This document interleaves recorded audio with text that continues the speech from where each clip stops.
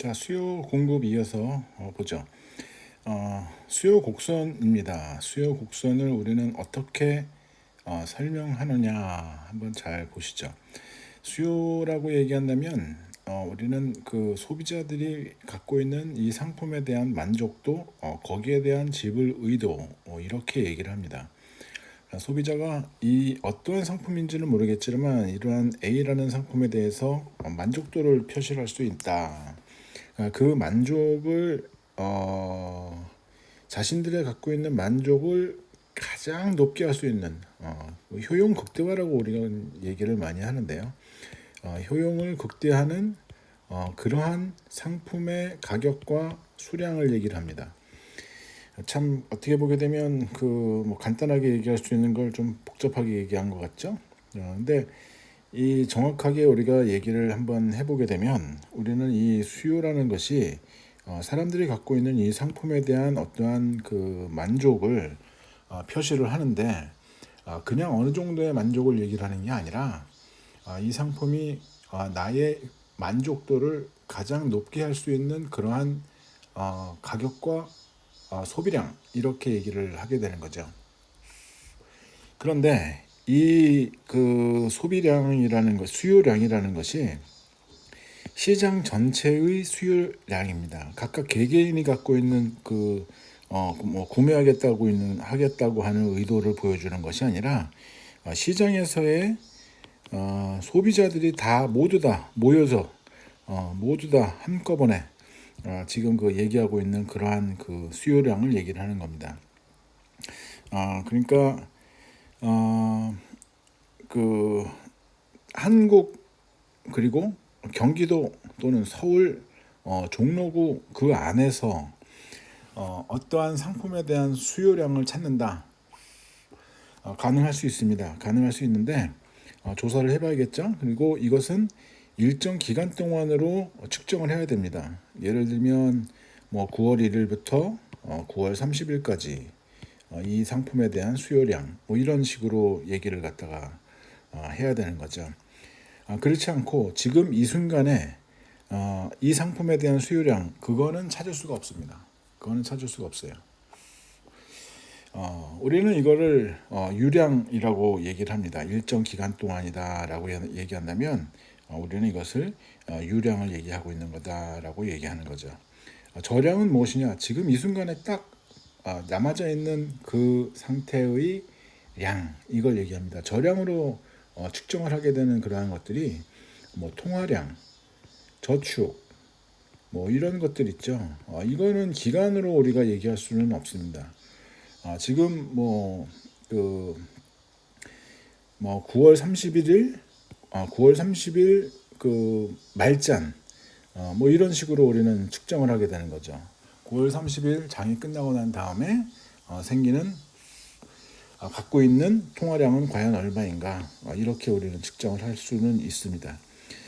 그런데 이제 이 유량으로 우리가 측정을 해야 되는 것은 일정 기간 동안으로 측정을 해야만 하는 그러한 성질의 그러한 그 데이터들이 있는 거죠.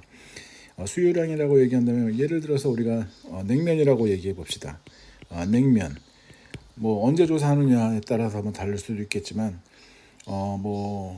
어저께 냉면을 먹었어요. 근데 오늘 또 냉면을 먹을 건지 물어봐. 냉면 안 먹을 거야. 이 수요가 없는 겁니까? 그렇진 않다.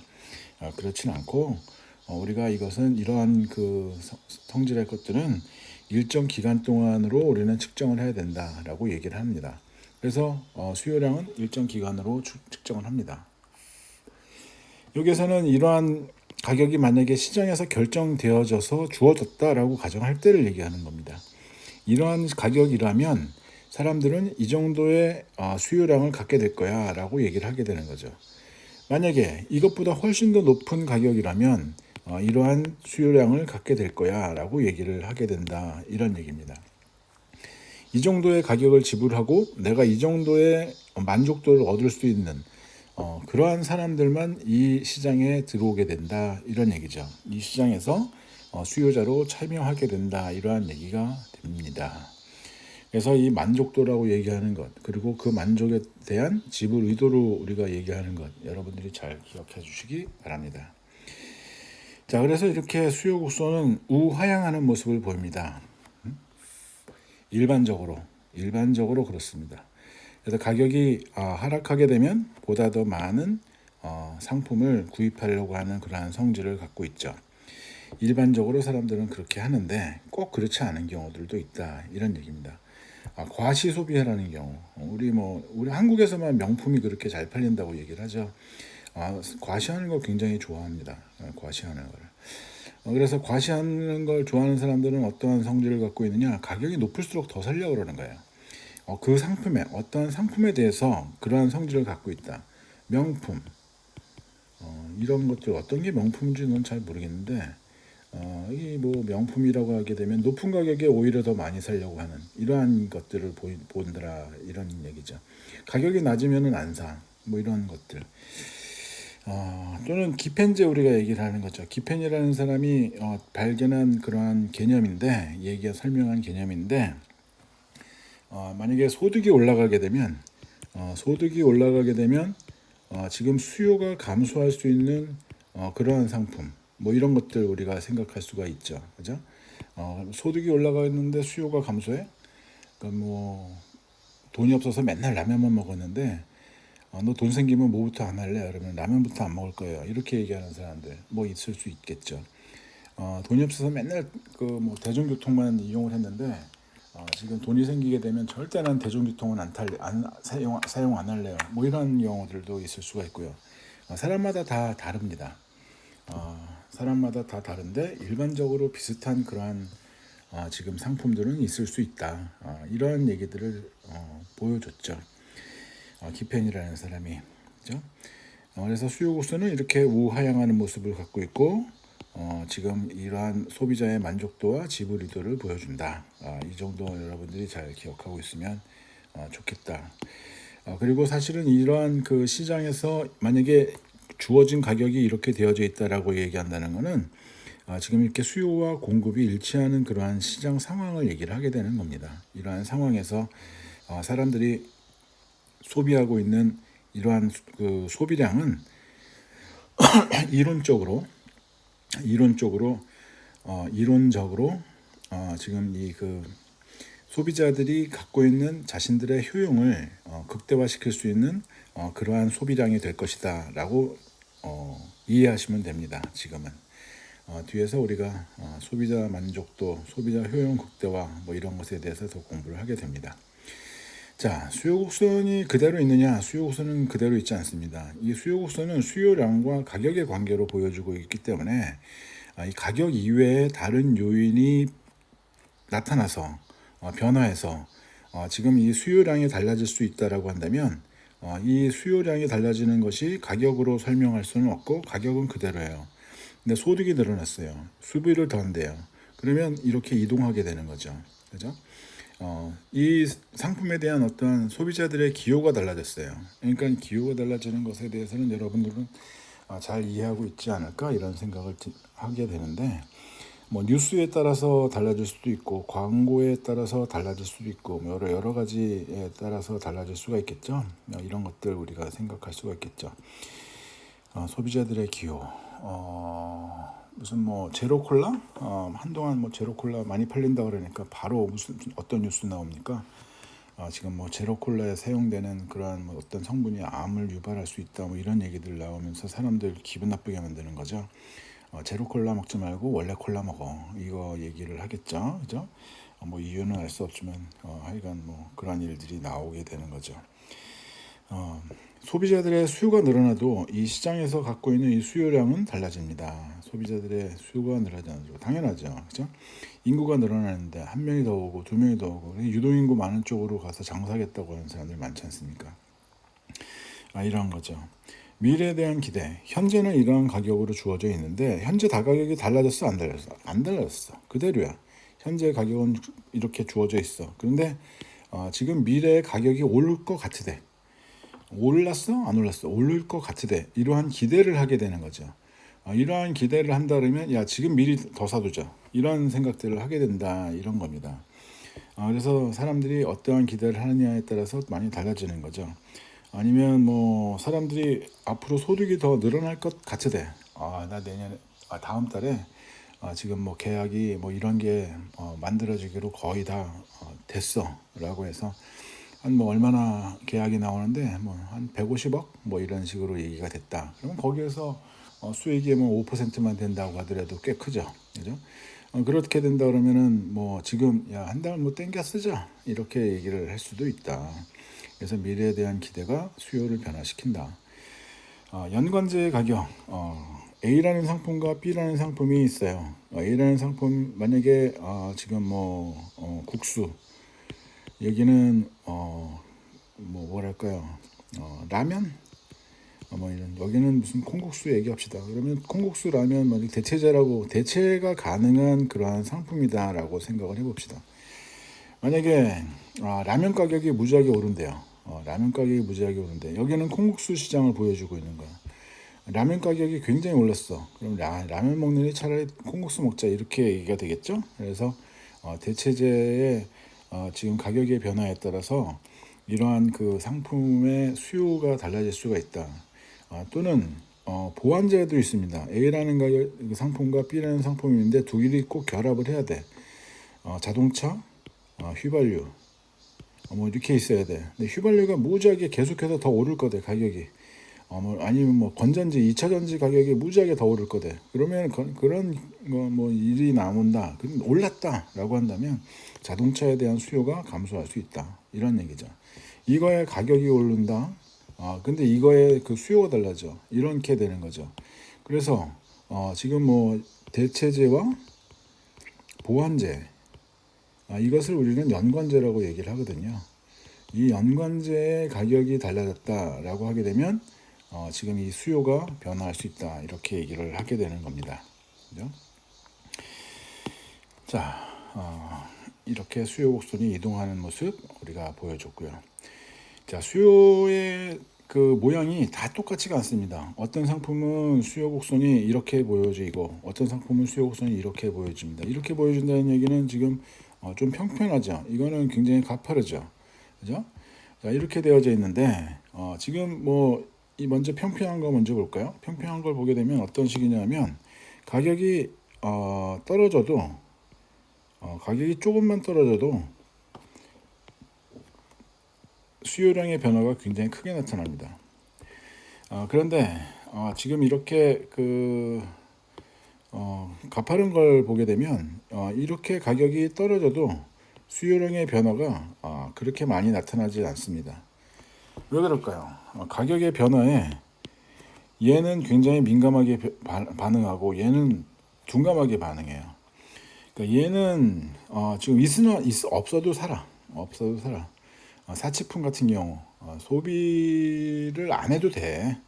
근데 필수품 같은 경우에는 꼭 있어야만 하는 거죠.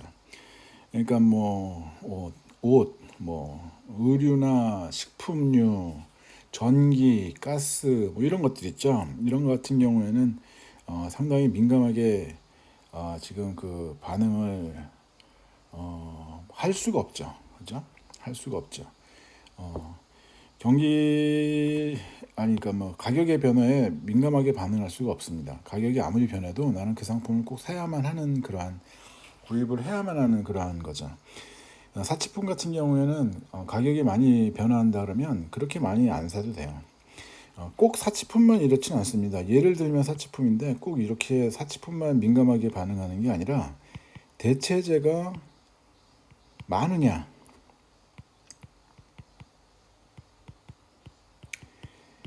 이거 굉장히 중요하게 작용을 합니다. 대체재가 엄청나게 많으냐, 지금 대체재가 아예 없느냐, 지금 뭐 이런 것들이죠. 전기 대체할 수 있습니까? 안 되죠. 그죠?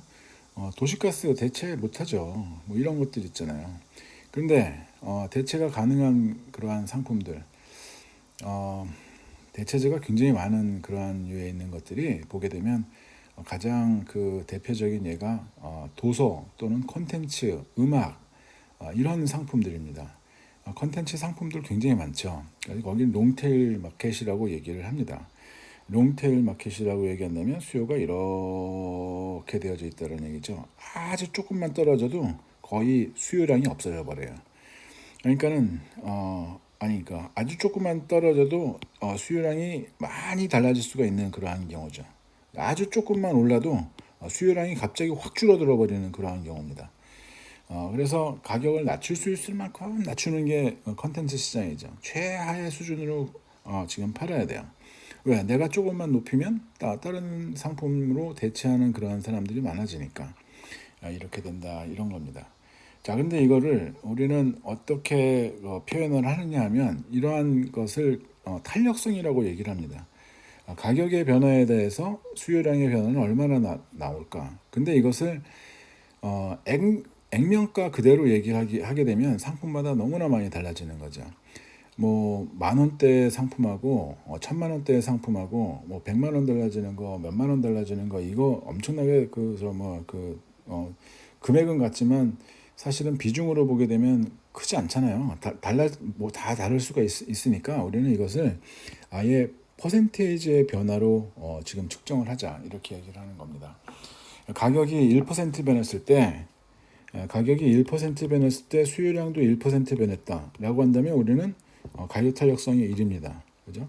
1%분의 1%, 1. 근데 가격이 만약에 1% 변했는데 수요량은 2% 변했다. 굉장히 탄력적으로 변한 거죠. 그러면 2. 1보다 훨씬 더 크다 이거죠. 1은 단위 탄력적. 이렇게 얘기를 하고 1보다 더 크면 탄력적, 1보다 더 작으면 비탄력적. 이렇게 구분을 할 수가 있게 되는 겁니다. 그래서 1이라는 숫자가 우리에게는 상당히 좋은 도구로 쓰이죠. 그죠? 이렇게 우리가 얘기를 합니다. 여기에 시간은 왜 있느냐? 시간이라고 얘기하는 것은 수요량을 측정하는 것이 일정 기간 동안으로 해서 측정하잖아요. 근데 측정을 하는 것을 만약에 지금 1년 이렇게 단위로 하느냐 아니면 10년 단위로 하느냐에 따라서 엄청나게 크게 차이가 납니다. 만약에 휘발유에 대한 수요를 생각을 해봅시다. 원유, 휘발유 가격이 1년 동안 달라지는 거 생각하는 거랑 10년 동안 달라지는 거 생각하는 거랑 엄청난 차이걸요. 10년이면 강산의 변화입니다. 휘발유 안 쓸 거야. 그러고선 2차 전지로 넘어가겠죠. 1년 동안이라고 한다면 지금 당장 내가 차를 바꾸기도 힘들고 하겠죠. 그렇게 되게 되면 우리는 이 자동차에 대한 수요가 지금 탄력성이 굉장히 많이 달라질 수 있다 이런 얘기입니다. 그죠? 휘발유도 마찬가지죠. 그죠? 그래서 기간을 어느 정도로 지금 생각을 하고 탄력성을 찾느냐에 따라서 달라지는데 시간이 길수록 탄력성은 더 커질 수 있다. 이러한 얘기죠. 대체할 수 있는 그러한 상품들을 만들 수 있는 그러한 시간이 충분하기 때문이에요. 그죠? 자, 교차 탄력성이랑 소득 탄력성은 지금 상품이 X라는 상품과 Y라는 상품이 있어요. 그리고 연관제예요. 연관제라고 얘기한다면 지금 대체제하고 보완제죠. 대체제와 보완제. 지금 이러한 것을 보게 되면 가격은 X가 달라졌는데 지금 수요는 Y의 수요가 달라지는 거죠. 이거 얘기하는 거예요. 근데 X와 Y가 대체제라면 어떻게 되겠습니까? X의 가격이 오를 때 지금 Y의 그 수요량은 증가하는 거죠. 그죠? X의 대체를 하니까 X의 가격이 올랐으니까 X 대신에 Y로 갈래 이렇게 되는 거죠. 그래서 Y에 대한 수요가 증가해. 그래서 이거는 항상 0보다 크게 나타납니다. 근데 지금 보완제는 지금 X의 가격이 오를 때 지금 그 Y의 지금 그 수요는 감소하게 되는 거죠. 그래서 이건 0으로 나타날 겁니다. 0보다 작은 걸로 나타날 겁니다. 반대로 방향으로 움직이니까. 이렇게 우리가 얘기를 한다 이런 거죠. 그래서 교차 탄력성 대체제는 0보다 크게 보완제는 0보다 작게. 독립제라고 얘기하는 거는 사실은 뭐 사람들 얘기를 안 하는데 전혀 관계없는 그러한 상품들이기 때문에 관심을 가질 이유가 없다 이렇게 얘기를 하게 된다는 겁니다. 그래서 탄력성을 가지고 가만 들여다보다 보면 이게 참 여러 가지로 생각할 수 있는 것들이 많구나. 나의 상품의 수요량의 변화가 얼마나 크게 나타날지를 민감하게 반응할지를 예측할 수가 있구나 이런 생각을 할 수가 있겠죠. 그죠? 소득 탄력성을 한번 볼까요? 소득 탄력성이라고 본다면 소득이 변할 때 수요량의 변화는 어떻게 나타날까? 이것을 퍼센테이지 변화로 얘기를 하는 거죠. 소득 탄력성이 만약에 그 0보다 작다라고 한다면 열등제로 우리는 얘기를 합니다. 그래서 지금 그 소득이 증가할 때 수요량이 감소하는 이러한 경우를 우리가 지금 열등제로 얘기를 하는 거죠. 그죠? 아까 뭐 잠깐 얘기했던 라면 뭐 이런 거, 그죠? 이렇게 해서 소득이 증가하게 되면 난 저건 절대 안 할 거야라고 생각하고 있는 것들 뭐 있겠죠? 정상제는 뭐 소득 탄력성을 0보다 큰 걸로 얘기를 하는 것을 얘기를 하는데 일반적으로 사람들은 대부분 상품을 소득이 증가하게 되면 더 많이 구입하는 그런 습성이 있습니다. 그리고 우리 그 경제학에서 특히 이러한 그 서구권에서 만들어진 이러한 학문에서 기계론적 사고관을 세계관을 갖고 있는 이러한 세상에서 많으면 많을수록 좋다라고 생각하고 있는 이러한 관점에서 보면 항상 소득이 증가하게 되면 수요량도 증가하는 이러한 것으로 우리가 생각을 하죠. 대일반적으로 그렇죠. 일반적으로 소득이 증가하게 되면 수요를 더 많이 하게 되는 경우들도 있는데 간혹가다 그렇지 않은 재벌들도 있어서 사람들을 놀래키는 그런 경우도 있죠. 어느 날 어떤 H사 재벌의 집에 뭐 유품이나 뭐 이런 것들을 쭉 정리하는 그러한 것들 나오는 거 보니까 TV가 30년이 됐대. 야, 뭐 하는 거니 이건? 우리 일반인들도 TV를 뭐 한 10년에 한 번은 그래도 바꾸지 않나? 안 바꾸나요? 안 바뀌죠. 바꾸는 사람들도 있고. 근데 이렇게 소득이 증가하게 되면 수요량을 변화시키는 그러한 것이 일반적으로 증가하는 그러한 형태로 플러스의 관계로 우리는 보여주게 되는 것이 일반적이다. 그걸 정상제라고 얘기를 한다. 이겁니다. 자, 공급은 잠깐 다음.